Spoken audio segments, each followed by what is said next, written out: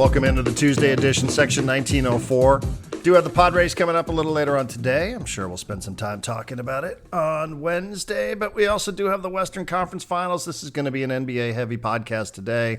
We do have a guest. Dan Devine is going to join us. He's a senior writer with Yahoo Sports and a former colleague of John Gennaro, so we'll get a preview of that coming up here momentarily. I do like when we have guests on the show. It will be some heavy NBA kind of stuff. It's not going to be necessarily NBA narrative talk. It's going to be a little bit of actual conference preview. I do sense that there is a bit of an appetite out there for people that want a little bit more depth in their NBA coverage, so we're going to attempt to provide that here today. So we look forward to that. Looking forward to the Western Conference Finals starting on Tuesday night, if you're listening to this any other day but Tuesday. And then the Eastern Conference Finals get underway Wednesday night. It's the Oklahoma City Thunder, the Minnesota Timberwolves tonight, and then it's going to be the Knicks and the Pacers on Wednesday. It's kind of wide open here. I think it flies in the face of people that think that the NBA has been predictable and scripted, and it's been a lot of the similar storylines. A new NBA champ's going to be crowned here at the end of this postseason. It will be the 7th different champ in as many years. So we haven't had anybody repeat over the last 7 years. You have franchises that are searching for their first ever. The Minnesota Timberwolves have never made the finals. The Pacers have made the finals once. They got beat by the Lakers. I actually covered every game of that finals, both cities, Indianapolis and Los Angeles. Was Larry Bird the head coach of that team? Larry Bird. It might have been Larry Brown. It might have been Larry Brown. Okay. It might have been Larry Brown. So, yeah, I remember Isaiah Thomas was involved a lot. So that's a good question. I covered every game of that series. The Thunder, John and I had this bit of this conversation yesterday. Are the Thunder seeking their first ever franchise title or their second? Because the Thunder used to be the Seattle Supersonics, and the Sonics won the NBA championship in 1979. John says that the Thunder are seeking their first ever franchise championship, but at least according to the way the record books are kept, this would be their second, although you object to that bookkeeping. I do. Mostly because the NBA itself has said that eventually they'll expand into Las Vegas and Seattle and bring back the Sonics. And you can't say you're bringing back the Sonics if you're giving their history away to Oklahoma City. Okay. Devil's advocate. How many championships do the Lakers have? However many they've won in Los Angeles. Okay, so 12? Sure. You don't count the 5 in Minneapolis?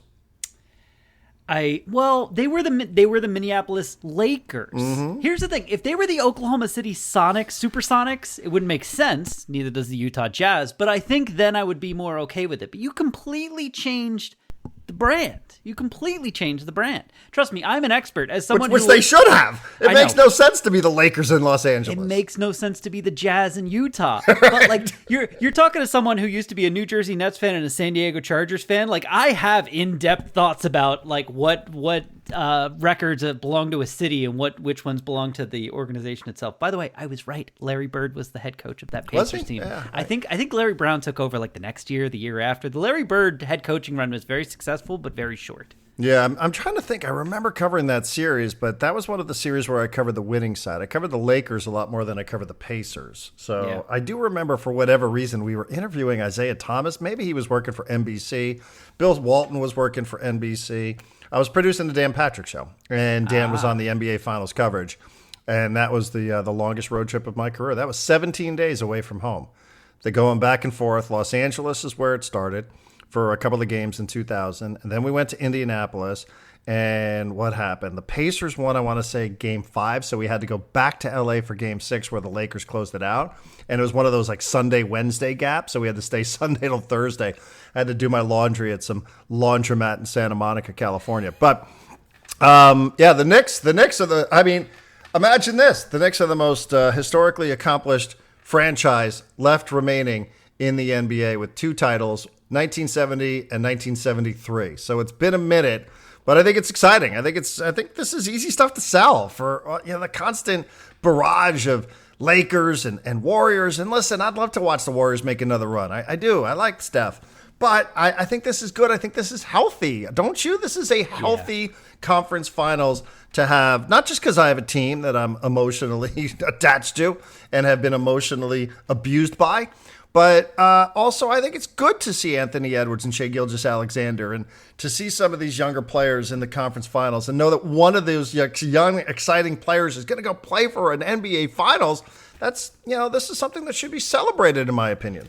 Mine too, and there's not going to be any like this legacy talk. What does this mean for this person's legacy? This for this person's legacy? Face of the NBA. Yeah, it's just basketball, and who's the best team? And honestly, these are 4 of the best coached teams in the NBA. There's not like, oh, this team has 3 absolute stars, and you can't stop all of them because they've created this super team. No, it's just 4 of the best coach teams that have been healthy-ish through the playoffs that are playing some of their best basketball in May. And that's exactly what you want at the end of the playoffs.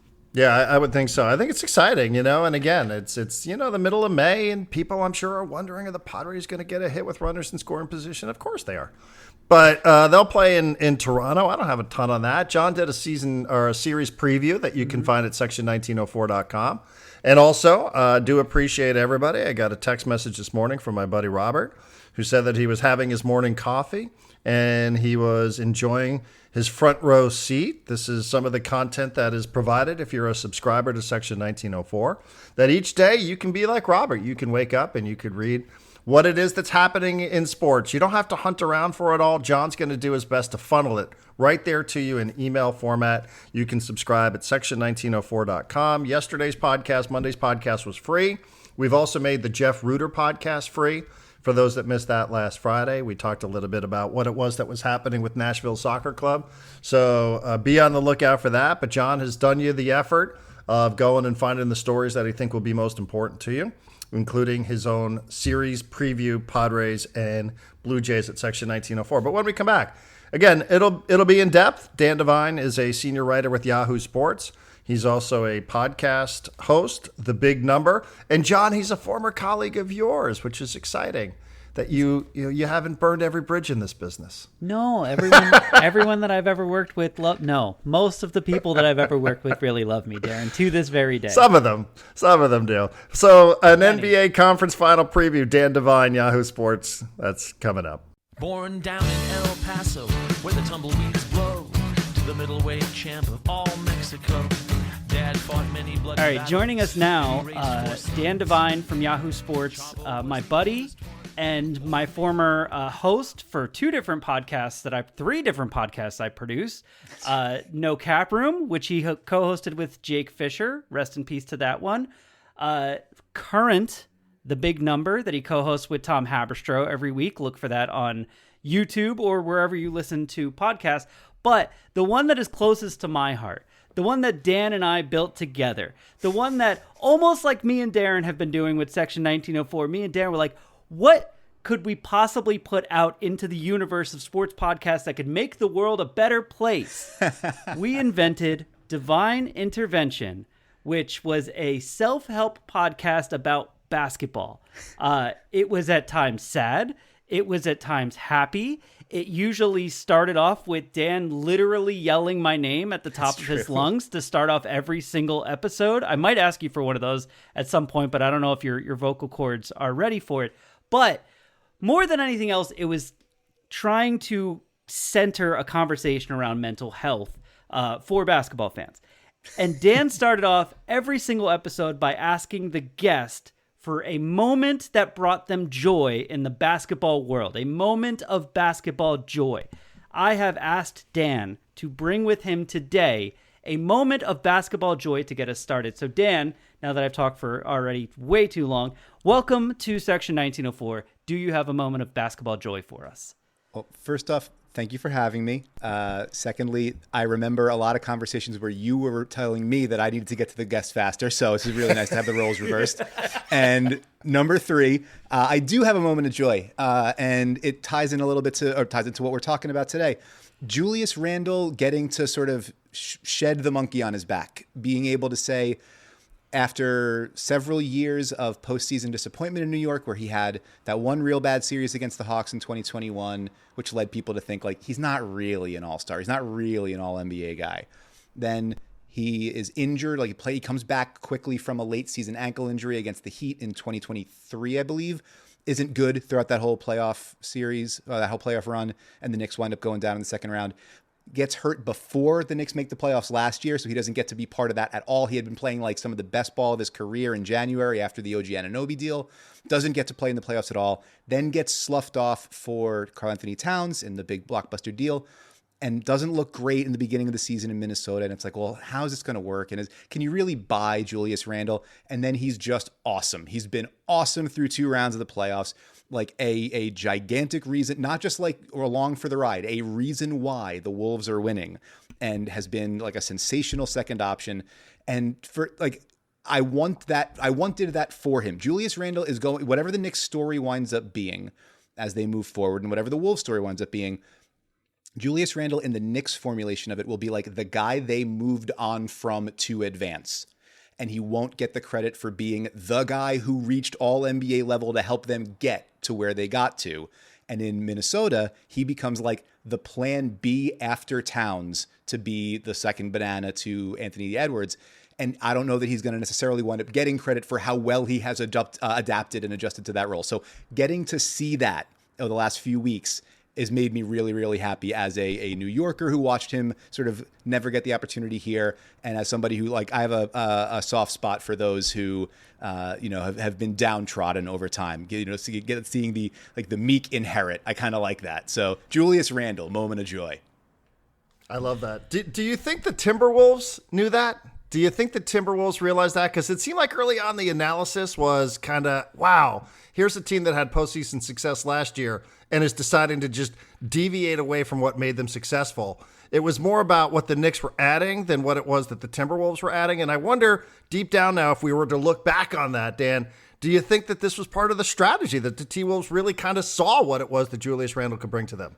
Well, success allows you to recast the past however you want to do it, right? So I think that the main idea at the time was like, Karl-Anthony Towns makes an insane amount of money, and we got to figure out how to, we are coming up on pretty big luxury tax problems, and we got to figure out how to rebalance our books. And if we could get deeper and add like another shooter. So the way of looking at it is like, we break up our 2 centers, we get a roughly commensurate all-star, all-NBA caliber player, and we get Dante DiVincenzo in the mix. And so like we make more space for Naz Reid, literally in terms of minutes and opportunity, but also financially to bring him back or extend him, and we reformulate. But yeah, I think in the immediate aftermath of it, the idea, especially from a lot of Wolves fans, was like, we're making like a penny-wise, pound-foolish decision. We are deciding with the money, or where ownership is in flux, and what is the luxury tax problem going to be.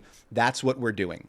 And it winds up where you're like, oh, you got deeper and better, and you didn't really, or maybe not better, but you, if nothing else, you didn't like dramatically lower the ceiling of your team to the point where you are better, maybe equipped both financially and in terms of on-court depth for the series they're about to match up in. I'm sure that, Tim Connolly's a very smart guy. Chris Finch is a very smart guy. I'm sure this was at least like on the vision board of possibilities. I think this has worked out better than they could have imagined. Okay, let's stay here for a little while. Let's just talk the Western Conference Finals for a little bit, and we'll get to the Knicks and the Pacers in a minute, because I have a question, and you've talked around it, both of you. Before the season started, the trade happens, Cat goes to New York, and everyone's like, wow, they're real contenders. Julius Randle goes to Minnesota, and granted, it's before the season he just had and the playoff series he just had, and I remember the conversation being, should Julius Randle come off the bench? Because Naz Reid is that good. And like, Naz Reid is that guy that, like, when you're a super fan of the team, like, let's use the Knicks as an example. It's easy to be a Jalen Brunson fan. Sure. If you watch every minute of Knicks basketball, you are the person who's going to fall in love with the things that Josh Hart does, the things that OG Anunoby does, the things that Miles Bridges does. Real Timberwolves fans will fight you to the death for Naz Reid. And yet Naz Reid has just remained on the bench. And that might be great for him. But like, when that trade happened, there was a real like, Randle can't fit with Gobert. There's not enough shooting. Reid will be the 4th guy. And like, I remember we did Divine Intervention with whatever Timberwolves beat writer guy it was. Dane Moore. And Dane was saying like, Naz Reid was the end all be all example for like developmental success. Like he was just like kind of nothing, and every year they just built him up to be a little better and a little better. And when that trade happened, I was thinking of that, and I was like, this is the Naz Reid moment. And it's not. It's the Julius Randle moment. So, like, how does Naz Reid play into the Western Conference Finals? Why hasn't his role, like you said, the Cat trade made more space for him, but he's not one of the core 3 players on the Timberwolves right now. So how has that happened, and how does it relate to this series? I think there's an element of like Chris Finch is a pretty pragmatic guy, and like if something's not broke, don't fix it, right? Naz Reid was 6th man of the year playing in exactly the role that he was in, and they've put in the time and the sweat equity to figure out what the dynamic was with him and Rudy Gobert. You know, how they could play together, how you could space the floor, how one comes in for the other, what that does in terms of the dynamic with the rest of the team, how that impacts Anthony Edwards, where he's most comfortable driving, where he's most comfortable making his reads. And so I think that they know they can play that way. They know they can play with Naz Reid in the starting lineup, but it was more about the exploration of what does Randle bring that maybe you didn't have with Karl Towns, or what opportunities might be available there. You know, coaches are pretty compelling creatures that look at something and say, not like, show me what you, like, I'm going to make everything based on what you can't do. It's like, how do I accentuate what you can? And I think with Randle, there was a sense of like, well, if he's using fewer possessions, if his touch time is down, if we can get him to a place where he's making quicker decisions and cleaner reads, it can be additive. It's not just like we have to move around the parts of him that aren't good. This can be helpful. Like Karl Towns people can argue over who's a better playmaker. I don't think Karl Towns ever averaged 5 or 6 assists a game in a season. And like, I think that the way that Randle can be like downhill shot creator as opposed to downhill driver can open things up for Minnesota's offense. The way he can be a playmaker out of the post opens things up for Minnesota's offense. And so if you have more optionality there, then Naz Reid, all you have to do is say, be great at what you do and what we know how to use you in this role. We can maximize you, and we can sort of open up more opportunities. What it means against the Thunder, I think, is going to be really interesting, because the Thunder, it's the best defensive team in the NBA. It'll be the best defensive team the Wolves have seen. It's one of the best defensive teams ever. Like literally in terms of their adjusted defensive efficiency, it's one of the best in the last several decades. So they pose a lot of problems. They start big. They can play small. They can play really small, and they create a ton of turnovers. And so what it will be interesting to me to look at in the series is Finch going to look at that and say, what's our best path to generating enough points here? If we feel like it's Randle shot, creating, then yeah, Naz Reid's role might stay somewhat minimized, or in that kind of like naturally we're going to tamp down role. If the idea is we feel like Randle is going to get stripped, they're going to get hands in, strip the ball, get out in transition, or, we're not going to get enough out of Randle isolating against Isaiah Hartenstein or posting up against Jalen Williams to make that worth our while. Maybe the ratcheting up of variance and 3-point shot creation and what that Naz Reid can give you, maybe that does give you a little bit more, versatility for what Minnesota's trying to get to offensively. I'm not sure. And then it also will depend on if you are playing 2 true bigs, quote unquote, in Hartenstein and Chet Holmgren. Randle's not a small player and can probably match up pretty well physically at the 4 against Holmgren, but if you need like just more size, does Naz Reid in a double big look give you something a little bit different there? So Finch has options, but I think that's what this comes back to, is they made the deal and it looked like it was just about money, but they are able to kind of maintain their optionality to have more ways to skin the cat, pardon the pun, and like it puts them in a position where they get back to this point, and it's not just like, oh man, how do we like plug up holes? It's how do we battering ram you into adjusting? And so I'll be interested to see how that like push pull of Randle and Naz Reid, which way they go with that. Yeah, and to Dan's point here, I think somebody arbitrary start and stop timeline, 21 games I think for Julius Randle, and T-Wolves like 17-4 over that stretch since he's been on this heater. So obviously it's really been good. 8-2 in the postseason, but against the Lakers and the Golden State Warriors. I just wonder, what your takeaways are from what you've seen, just based on the quality of the opponent, the age, and everything that comes with those two opponents for the Wolves. Yeah, they're definitely, it's a level up in terms of the defensive comportment that they're facing, like we talked about. Obviously there was just no size on really on either team. Like the Lakers had no playable centers. Once Jackson Hayes, it was very clear he was not going to make a significant difference. And once it became clear that JJ Redick only trusted 5 guys, and then the Warriors, they were the whole gum and chicken wire and whatever else they were, duct tape they were putting that defense together with in the second half of the season. It was Draymond at the 5, and like once that wasn't going to be enough or once the question was like, you can't score enough without Steph, right? Then that wasn't going to be enough. So then that positional size and the front court advantage, it was like the Wolves kind of knocked the opponent's legs out first and then leaned on them, and then they fell over. And I think when you're talking about a defense that has Hartenstein and Holmgren up front, then you're talking about a team that has, even though the Thunder are not like positionally huge on the wings, they're not small, right? Like Jalen Williams is 6'5", but he's built like a friggin', like a Brinks truck, and playing the 3 or the 4. And when you bring in, Shea at 6'6" on the ball, or Lou Dort, obviously copy paste what I just said about Jalen Williams in terms of his physicality. You bring in Cason Wallace off the bench, like I think 6'3", 6'4". You bring in Alex Caruso, obviously 6'4", 6'5", but guards up all the way up to 7 feet. Apparently, they're not going to be like bullied. I don't think. I feel like the physicality that Dallas got them with last year, right, in the second round, where it was like they're just not big enough. It doesn't feel like that's the case anymore. And I think you saw that against Denver, even though Denver was not as deep a team as Minnesota is, when they can go to the bench, bring in Naz Reid, bring in Nickeil Alexander-Walker, bring in DiVincenzo, go further into that rotation. You're just not going to – I don't think you're going to see the Wolves get or the Thunder get really pushed around.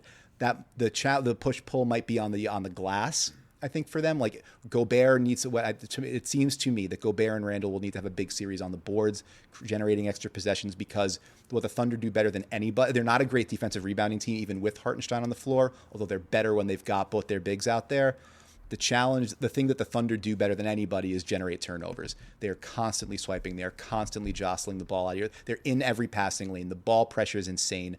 They create turnovers at a higher rate than any other team in the NBA. And then once you do that, they're out in transition and it's chin-ups on the rim, and all of a sudden you're down 10. Just ask the Nuggets. So that's the battleground there. Can you use your size advantage to generate those extra possessions for yourself and like get the game on your terms? Because once they put the show on speed, once Oklahoma City is able to turn you over and get out, you're in real trouble.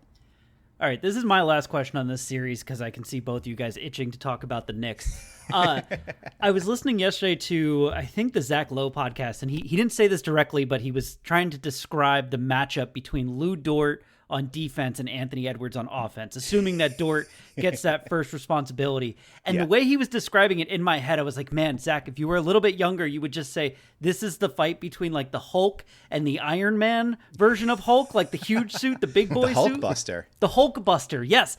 It's that fight where like they're throwing buildings at each other and like nothing is affecting them. Like you might knock them over, but then they just get angrier and they come at you. Right. I'm curious. I don't like asking people to pick series for a number of reasons, but I'm wondering if you can try and pick what the first adjustment is going to be. Because for me, that Lou Dort being the Hulk Buster is like really great on defense, but there is a world in which Lou Dort's offense is so bad that they need to replace him with a Cason Wallace or something like that, who's probably not going to be as physical or as defensive. Maybe Jalen Williams can slide over to him at some point, but I'm wondering if the first adjustment is going to be like Lou Dort kind of gets played off the court. Do you think that's possible? We only ever talk about big guys getting played off the court. Sure, right. No, but if you're a wing who can't shoot, or and the opponent's not guarding you, then that's a major challenge. It's certainly possible, and we've seen Mark Daigneault not have any compunction about going that way. Like, he's kept Lou Dort off the court in fourth quarters when he felt like the offense needed a jolt, or when Cason Wallace was running hot. We've seen it might the inverse of that, or maybe even just like the connection of it is Caruso as a sixth man gives you so many options for, I feel like I said optionality and versatility like 53 times already, and we're like 10 minutes in, but seeing the way like you can put Caruso in and basically play like four guards and a center but feel like you're still playing big and still feel like you are dictating terms on defense with a guy who is a capable playmaker and a capable 3-point shooter and somebody who can drive and dish and all that kind of stuff. So we saw, I think it was in the second half of Game 7, where Caruso started the second half for Isaiah Hartenstein. And we're going to play Chet one big, and then you're going to, have the wings out there. And then, you can move Jalen Williams over to a different assignment. So size-wise, physicality-wise, Jalen Williams on an Anthony Edwards does make some sense. The question then is, like, who guards Julius Randle? And the answer can totally be Alex Caruso. Probably is. Yeah, so they are a team where it's like when you often talk about like switchability on defense, it's not necessarily just can you switch assignments. It's like, can you just swap roles? Can you swap somebody into a different set of responsibilities? And the Thunder's core of perimeter defenders is so good, and so there's so many guys who can do so many things that it gives them so many choices in situations like that. So if Dort's but then again, like, Mark Daigneault is not going to go away from Lou Dort just because he misses a couple of threes. Like, Lou Dort's going to keep shooting them. I think if we've seen anything in these last couple of postseasons, if the defensive game plan is to make Lou Dort shoot 10 threes, guess who's shooting 15 threes? It's Lou Dort. And like, he's not going to get bashful all of a sudden. So, and then he might miss 10, but then make 3 in a row and save your season. So they have a lot of confidence in the options that are available to them. But yes, he could absolutely be one of those guys that gets played off. Hartenstein could be as well. And then the good news about being Oklahoma City is you got like 10 dudes you feel really, really good about playing those minutes. Yeah. Dan, can I just ask one somewhat basic question here? And I'm sure I'm in the minority, at least amongst the 3 people having this conversation, and perhaps people that will even listen to this. But you've mentioned his name, Mark Daigneault, a couple of times. He's the head coach at Oklahoma City. And it sort of occurred to me, like... I should have said that, right? Yeah, right. like I don't, I know a lot about Thibodeau, and I think a lot of even casual fans do. I think we know that Rick Carlisle's an NBA winning head coach. He's a championship winning coach. Even Finch has been around a little bit. But I must admit, and I'll plead a little bit of ignorance here, I don't know much about the Oklahoma City head coach. And I wonder if you could give us, just a Cliff Notes bio on who he is and how he got there. Because even looking it up on a Wikipedia page earlier this morning, I was like, oh, wow, I didn't know that. And it seems like a really interesting guy and a name that maybe we should know more about for a guy who's led a team to this level of success. Yeah, so Mark Daigneault got his start in the G League. He was or I guess at that point it might have even still been the D League, but he was the head coach with the Oklahoma City Blue. That's kind of how he came through. And there's like, you'll see pictures every now and again online of him in like a blazer and big khakis coaching a still kind of haired version of Alex Caruso in the G League, a number of years ago. And it was the organizational alignment in Oklahoma City was when Billy Donovan was there, or it might even have been when Scotty Brooks was there, but definitely when Billy Donovan was there, it was these guys are going to get ready in this system, they're going to learn how we play here, and then that's going to feed into what we do on the big club. And so then when it was going to go into a rebuild and you were moving on from the Russell Westbrook and Paul George era in Oklahoma City, they were like, well, Billy Donovan didn't really want to stick around for a rebuild. And so they're like, well, let's bring up this guy that we feel really good about. We know he's in our system. He's been in our culture for a while. We feel pretty confident about him as an X's and O's guy, but also someone who gets connected to the players, has been a player development success story here. So like, why not bring him up? And he has been nothing short of sensational in terms of expediting the development of Shai Gilgeous-Alexander and Jalen Williams and Chet Holmgren and the guy like Lou Dort as a shooter, and name a guy, Aaron Wiggins and Isaiah Joe, and like all these guys that just come out of the woodwork for Oklahoma City. They have been empowered to find, again, we talked about earlier, like not just how do I scheme around what you can't do, but how do I accentuate and emphasize what you can. A lot of that comes from Mark Daigneault, and like he can be he's sort of forward looking in terms of an analytical approach to things that can sometimes bite them in the ass, as it did against Denver when he was like, I'm going to foul up 3, even though it's, 15 seconds left and like it's 2, but not letting enough time. Like, but that's like our strategy. We have this like more analytically inclined approach. It dovetails really nicely with what Sam Presti wants in terms of the on-court administration of their strategic thinking. Guys get better under him. They win challenges a lot. Like the coaching stuff, a lot of it works really well. The other thing to know is just he squints a ton. So you're going to see him during games as you watch him on the sideline, kind of like constantly squinting as he looks up at the time or the score or the jumbotron or whatever, which makes me wonder if he needs glasses or maybe he just is like trying to see a distant horizon that I can't. But it's the most notable physical thing about him to me is his squinting, and I kind of love that because it's like they've clearly got a pretty long view in Oklahoma City, and that's manifested in this dude on the sidelines constantly squinting to see something I can't. Yeah, it's interesting. Darren and I will sometimes touch on like whether or not the G League is a success, whether or not it's doing the things the NBA wants it to do. And when you look at this matchup, you can say like the G League has been successful in developing coaches because Chris Finch came from that world too, didn't he? And it was like him and Nick Nurse trying to turn the D League or G League on its head with all their stuff. Let's move on to Knicks Pacers. Obviously, great 90s rivalry, two absolutely insane home crowds that are going to be living and dying with every single play. Very basic question. One of these teams likes to play fast and one of them likes to play slow. And I think how that gets solved is usually based on rebounding. But like, do you expect this to be a fast series, a slow series, one that bounces back and forth? Like, who's going to control the pace here? Yeah, I think the back and forth is probably the way it's going to wind up working out. You're absolutely right. I wrote the series preview for this at Yahoo Sports, and we did like a round table earlier today as we're talking, where it's like that, and that was kind of the who leads the dance was one of my like big swing questions, because Indiana, whatever metric you look at, whether it's average number of possessions per game or average length of possession, average amount of time elapsed before they get a first shot up, whatever, it's average speed of players moving around the court. Indiana wants to play fast and the Knicks want to play slow. And you see that it's like also the eye test of Tyrese Halliburton gets the ball and is like tearing ass off a rebound, pushing down the court. They get into their offense with 3 seconds off the shot clock. And the Knicks, it's much more the other way, where like Jalen Brunson wants to be a blunt force object, like dragging you into his pain chamber and then figuring out a way to create just enough space to make a shot that makes you go like, oh man. And so like, it's a very different style of approach.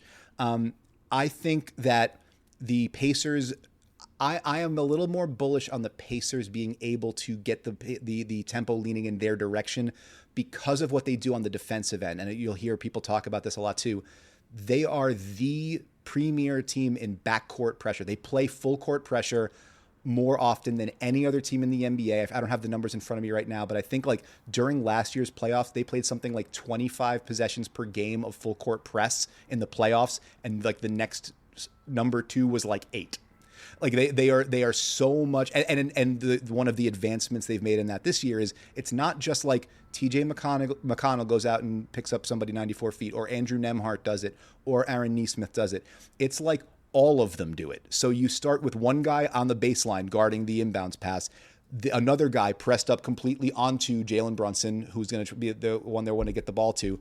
And then also if Josh Hart or Mikal Bridges is the outlet, somebody's going to be on him. There have been possessions where there's like 8 guys in the backcourt just trying to get the ball inbounds because Indiana extends its pressure so much. And so what are the downstream effects of that? It's going to make Jalen Brunson a lot more tired, right? It was the idea behind what Detroit did in the first round with Asar Thompson and Dennis Schroeder picking him up full court, just like make him exhaust energy. Number 2, every second that it takes you to get over the timeline into the front court means it's a second later you're getting into your offense, and then you are not going to be able to run as many actions. We're not going to have to defend as much in the half court because you're not going to have as much time to run stuff. And then the further you get into it, if we blow up one action, somebody's getting a grenade with 4 seconds left and trying to figure it out. And that is a win for our defense. Even if they make the shot, that's a win for our defense. So, and then if you miss, guess what happens? It's Tyrese Halliburton tearing ass down the court again, right? So like they try to, these are virtuous cycles. They feed into each other for Indiana in terms of the way they structured their defense and the way they want to play their offense. The Knicks are it's not like haphazard, but I think they're less like impactful in terms of forcing you to do something defensively. And so I think that'll be, kind of a swing factor there. And then your rebounding point is a really good one because one of the big changes this year in this year's matchup versus last year's matchup in the second round of the playoffs. Mitchell Robinson only played the first game of last year's series, and he was coming off, he had missed most of the season. He came back late in the season. He got re-injured with his ankle in the against Embiid in the Philadelphia series. Only played the first game, didn't play the entire rest of the series. He is healthy now and has been an absolute monster since he got healthy. Completely it changed the tenor of the matchup with Boston. The Pacers are, I think they were below average defensive rebounding team during the regular season, and the Knicks are rebounding something like 39 or 40% of their misses with Robinson on the court. One good way to keep a team from running is to make sure they don't have the ball. Yeah. So if Mitchell Robinson's able to play 18, 20 minutes a game and make that kind of impact, like just bully ball, basically Miles Turner and Obi Toppin and Thomas Bryant or whoever, I think that goes a long way towards tilting some of that time of possession math. Yeah, there was a clip making the rounds on social media of Mitchell Robinson literally guarding every single player on the Celtics in one possession, where he just was running around the entire perimeter there. Did my eyes deceive me too? Because we have a Knicks group chat going on here, and there's been a lot of debate about whether or not they should have upgraded from Mitchell Robinson, over the span of the season. Did my eyes I thought I saw Mitchell Robinson and Karl Anthony Towns on the court quite a bit. Like, are they playing together at times? That's not something I would have expected. You would have thought it was a swap like for like, but an interesting wrinkle that I thought I saw a couple of times during the Celtics series. Absolutely, and it makes me think about. So again, I've been with the Knicks kind of on and off over the course of the season, and I was at Media Day back in September. It was like right after they made the trade for Towns. And it's Tom Thibodeau's session, and he's talking through different principles, and we want to do this, and we can't skip any steps, and yada yada yada. And one of the things that he talked about was like, I think we can still, like, we won a lot of games last year with our rebounding, and I think we can still do that. I think we can even get better at it. And I'm thinking, well, you just traded Isaiah Hartenstein, who was a huge part of that. You're not going to have Mitchell Robinson for most of the season. You traded for Cat to be your 5-out center. So how are you going to get better at rebounding? And whether this was just, the coach said one thing and he was hoping for the best. What wound up happening now is they are going back to that two big look where Cat is playing power forward like he did with Rudy Gobert in the last couple of years in Minnesota, and they're finding some synergy. They're finding some comfort and chemistry playing together. And when you have two, like, it's a very basic thing to say, but when you have two huge dudes out there, you have a better chance of getting the rebounds, especially if your opponent is not playing big. And so that has been it's also been like Mitchell Robinson is a significantly better defensive player. He's lighter this year too. Like, he's healthy and he dropped some weight and he's moving great. That possession you're talking about, I swear I felt like from the Chase Bridge up in the rafters of Madison Square Garden, I thought I saw Jaylen Brown's life flash before his eyes when Mitchell Robinson closed out on him in the corner. He took an extra dribble because he thought he had time, and then all of a sudden he super did not. And it's like Mitchell Robinson he definitely couldn't move like that last year when he came back. He maybe hasn't been able to move like that in a couple of years. And that the amount that he can be a pick and roll, stall out your pick and roll, hold up against you in isolation, has the length to be able to just, like, even if he gets beat, close back out and contest your shot or make it tough. And every shot that goes up, he is a factor. If you don't put two bodies on him, he's going to get it, or he's going to tap it out, tap it to himself and get an opportunity. He is the way that they've played together, him and Towns. And Towns deserves a ton of credit. That alignment forces him to guard more on the perimeter. And he has been equal to that challenge. He has been willing to do it and willing to sort of like make hay in the tighter spacing too. He even tried to throw a couple of lobs to Mitchell Robinson. I think he's still learning that you can't really do that. And they're trying to figure it out. But credit to Tom Thibodeau. That is not something he did really at all after Mitch got healthy late in the season, but has really started to like press that button more and saying, I like what that gives us. I like the way it informs our defense, the way it gives us more, it makes it tougher to score on the inside and makes it easier for us to generate more possessions. It was a huge factor against Boston, and I think it's something that the Pacers have to be ready for.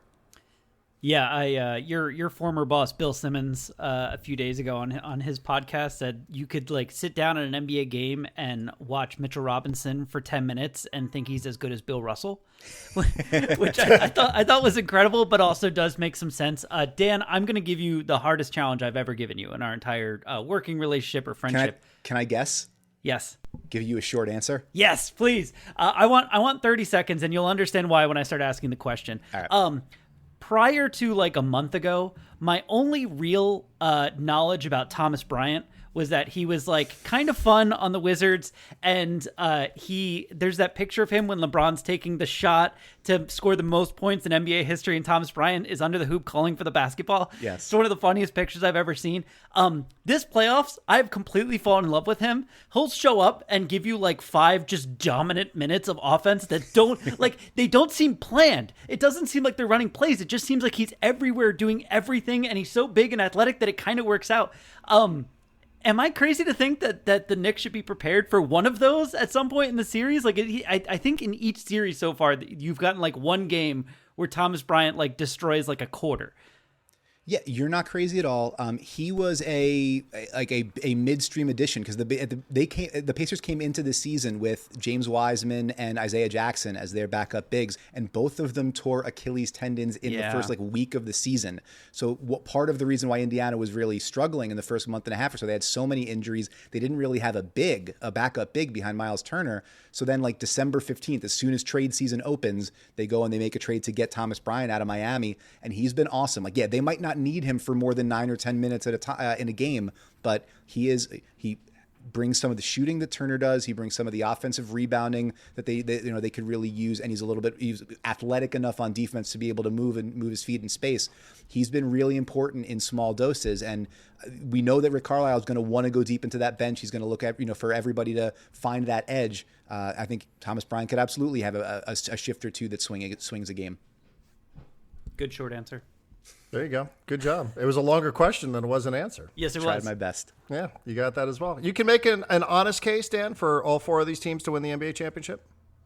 I mean, I think that's a testament to the quality that we're going to see out there. I saw your Eastern Conference preview. I think you went with the Pacers in 6, but I did. Is there an honest case to be made that all 4 of these teams, all things being equal, nobody going down, no stars getting injured like we've seen, unfortunately, during the postseason? You think an honest case can be made for all 4 of these teams, which I think is really good for the league? Absolutely. I mean, to me, the Thunder are the heavy favorite at this point, just based on resume and quality of, what their season has been to this point. I think if you had to pick one thing of the remaining field that is like you feel confident about it, rock solid at night in and night out, it is the Thunder's defense. And so to me, like I picked Thunder over Celtics back in October, I think. And like, I've just been staying with the Thunder kind of the whole way. I think that they've shown every box you can check, they've checked it. And so I would be surprised if they did not advance. I would be surprised if they did not win. But I mean, Minnesota has been roughly that awesome. You mentioned earlier the 17-4 after Randall got back. Basically, once Randall and DiVincenzo got healthy late in the season, they've been a wrecking crew, and they were elite offensively, which I think people didn't realize, while still having Gobert and all that length on defense. Have to say the name Jaden McDaniels because I don't think I've said it in the podcast. So like they're huge, they're nasty, and they're really good on offense. They got shooters all over the place. And then Indiana, New York, to me, like I wrote that preview and was like, this reads like it could be an argument for Knicks in 7, but the way I'm thinking, it's like I think it's Pacers in 6 because I feel more confident in their like average level. The Knicks are maybe a little bit more up and down, and so to me, it's like if you get, and then I think both teams have been awesome on the road. So like all the Pacers need to do is get one on the road and lean a little bit. But yeah, this is. There's no dynasties anymore. There's no dominant, overwhelming, every year in and year out, this team is going to be the favorite. I think we're moving into a different era of what the NBA is, and I think you're seeing that here. Like, you're going to wind up with seeing something new kind of no matter what, and maybe new superstars minted along the way. It's a pretty exciting time.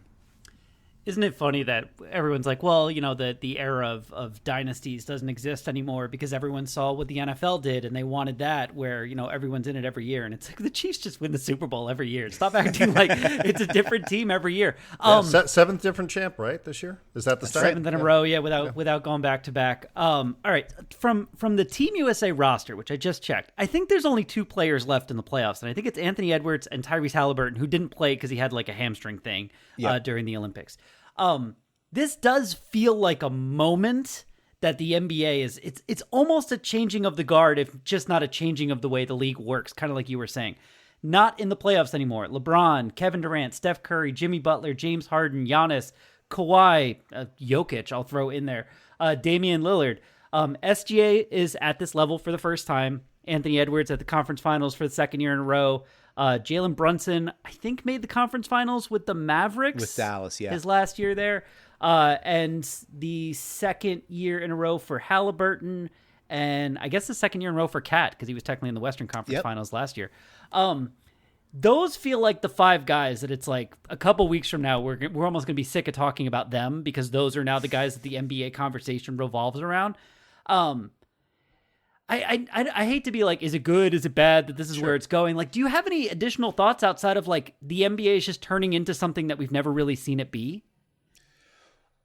Well, all right.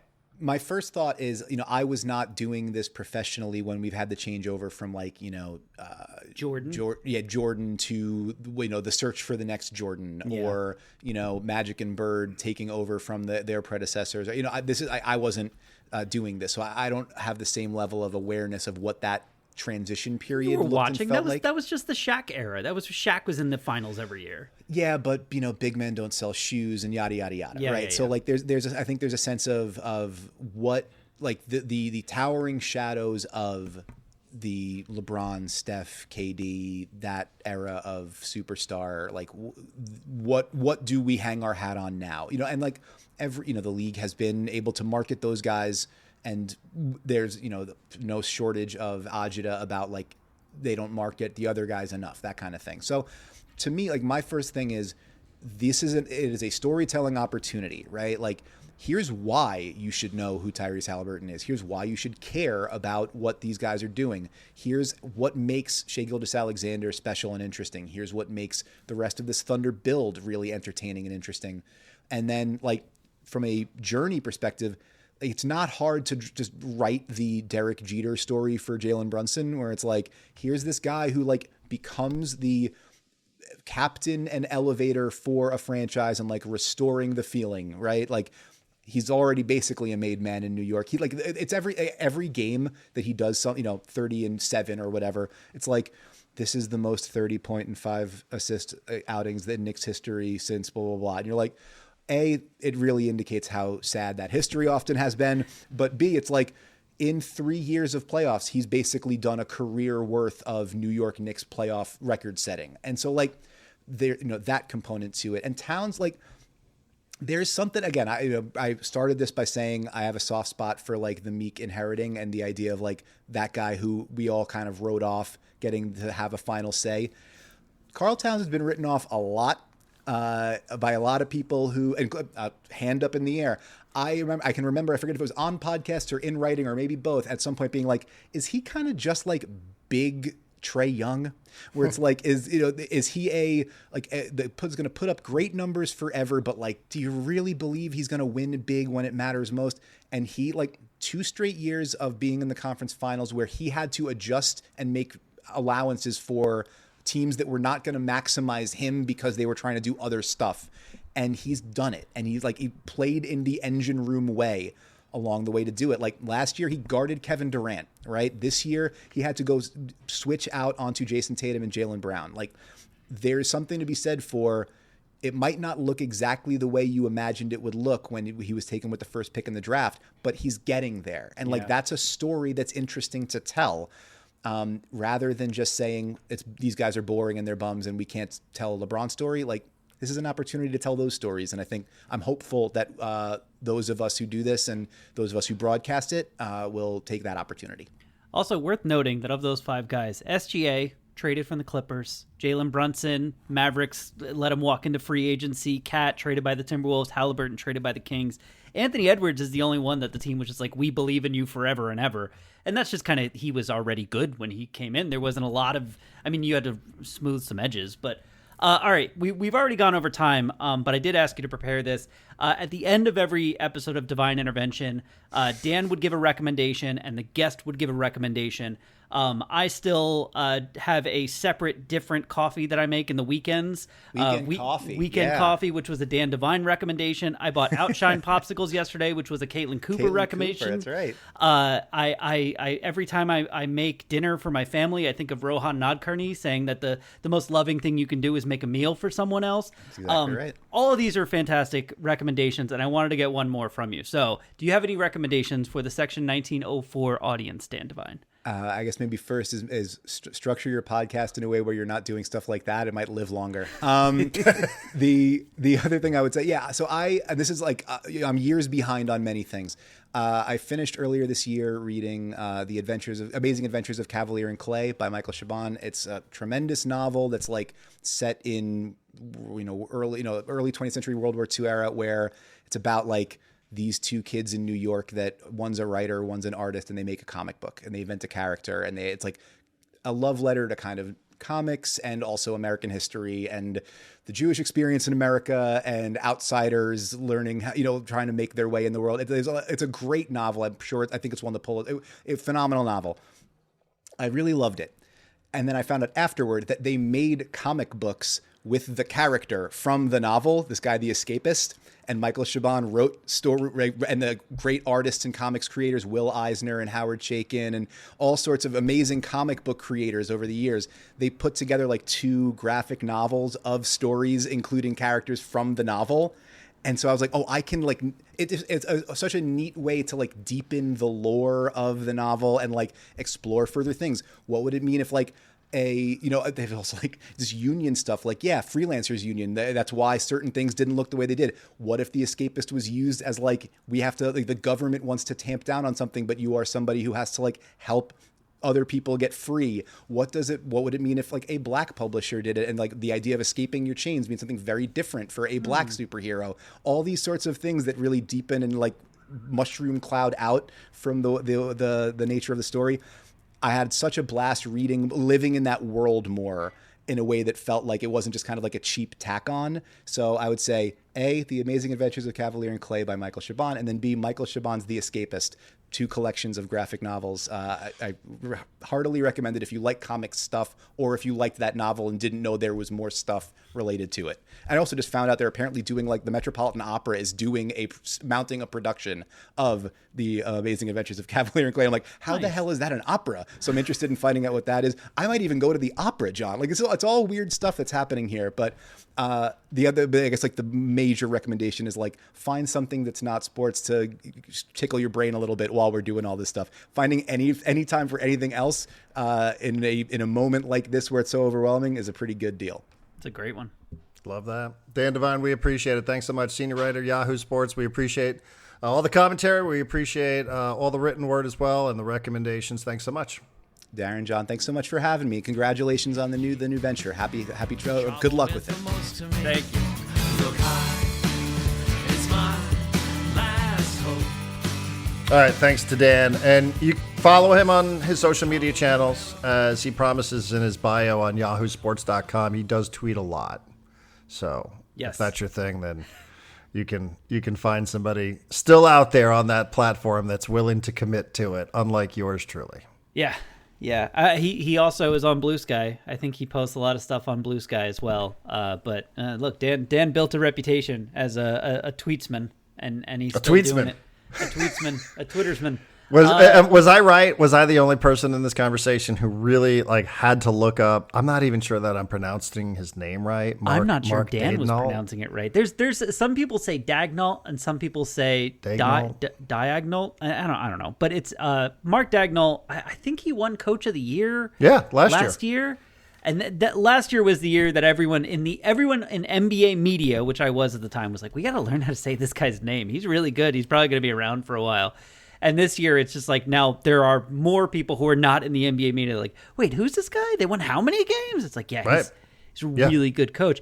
And that was me, literally me this morning. Like, I don't know who the head coach of this team is. And that's one of the cool things about the NBA. And I mentioned it in the interview is that like they're developing these really good coaches at the G League level. It's no longer like you have to necessarily work your way up as an assistant coach, be a former player, or come from college. It's more like, hey, they're given the freedom in the G League to kind of do whatever they want. And when they come up with something creative that works, sometimes they end up getting a shot at a real team. And Dagnall was, he was kind of right place, right time for the Thunder. They were kind of done with, I think the Billy Donovan thing, and they were just looking for someone else. And, he happened to hook on right around the time that the team got real good and all their young players started developing real fast.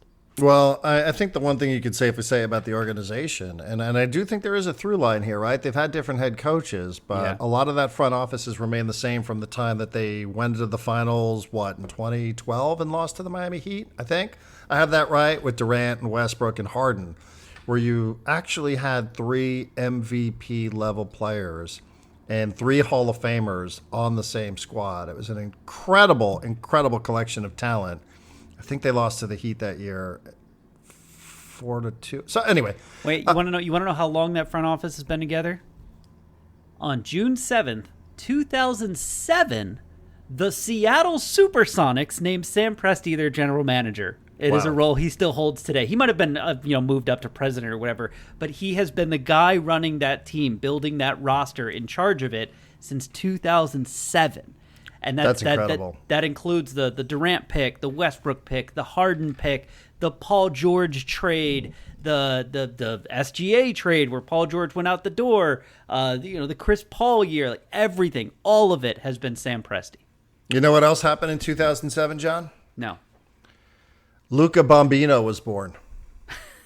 Why do I know that? Because I'm on my way to go interview SDFC's Luca Bambino, and I had to have a good cry when I saw that he was born in 2007, and I started thinking to myself, this might be the youngest person I have ever interviewed in my life, that I was covering sports in San Diego in 2007 while Luca Bambino's parents were getting set to welcome Luca to the world. I was drinking legally when Luca Bambino was born. Yeah. That's rough for me. Yeah, that is rough. One thing I would recommend is Kevin Acee had a very, very interesting analysis of Manny Machado and his leadership, which, for those that pay attention, is in stark contrast to something Kevin wrote at the end of 2023.